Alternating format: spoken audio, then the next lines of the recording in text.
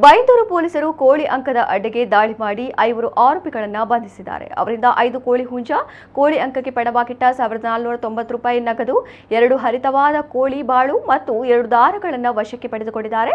ಬೈಂದೂರು ತಾಲೂಕಿನ ಬಿಜೂರು ಗ್ರಾಮ ಬಲ್ಲವಾಡಿ ನವೋದಯ ಕಾಲೋನಿ ಸಮೀಪದ ಸರ್ಕಾರಿ ಹಾಡಿ ಸಾರ್ವಜನಿಕ ಸ್ಥಳದಲ್ಲಿ ಕೋಳಿ ಅಂಕ ನಡೆಯುತ್ತಿದೆ ಎಂಬ ಮಾಹಿತಿ ಹಿನ್ನೆಲೆಯಲ್ಲಿ ಬೈಂದೂರು ಠಾಣೆಯ ಪಿಎಸ್ಐ ತಿಮ್ಮೇಶ್ ಬಿಎನ್ ಮತ್ತು ತಂಡದವರು ದಾಳಿ ನಡೆಸಿದರು. ಕೋಳಿ ಅಂಕದಲ್ಲಿ ಕಿರಿಮಂಜೇಶ್ವರದ ಜಯದೀಪ ಕಾರ್ವಿ, ಬಿಜೂರಿನ ಮಧುಕರ ದೇವಾಡಿಗ, ಹೆರಿಯಣ್ಣ ಪೂಜಾರಿ, ಸೋಮಶೇಖರ, ಮಹೇಶ್ ದೇವಾಡಿಗ, ಕಾಲ್ತೋಡು ರಾಘವೇಂದ್ರ ದಾಸ್, ಉಪ್ಪುಂದದ ಕೃಷ್ಣದಾಸ್, ಮರವಂತೆಯ ಚಂದ್ರ, ಅಶೋಕ ಗಾಣಿಗ, ಮೆಟ್ಟಿನಹೊಳೆಯ ಸೀತಾರಾಮ ಕುಲಾಲ, ಹರಿಕೆರೆಯ ರಾಘವೇಂದ್ರ, ಪಾಂಡುರಂಗ ದೇವಾಡಿಗ ಮತ್ತು ಉಪ್ಪುದದ ನಂದಿಕಂಠ ಎಂಬ 13 ಮಂದಿ ಕೋಳಿ ಅಂಕದಲ್ಲಿ ತೊಡಗಿಸಿಕೊಂಡಿದ್ದು ಎಲ್ಲರೂ ಓಡಿ ಹೋಗಲು ಪ್ರಯತ್ನಿಸಿದ್ದಾರೆ. ಈ ಸಂದರ್ಭ 5 ಮಂದಿಯನ್ನು ಪೊಲೀಸರು ವಶಕ್ಕೆ ಪಡೆದುಕೊಂಡಿದ್ದಾರೆ.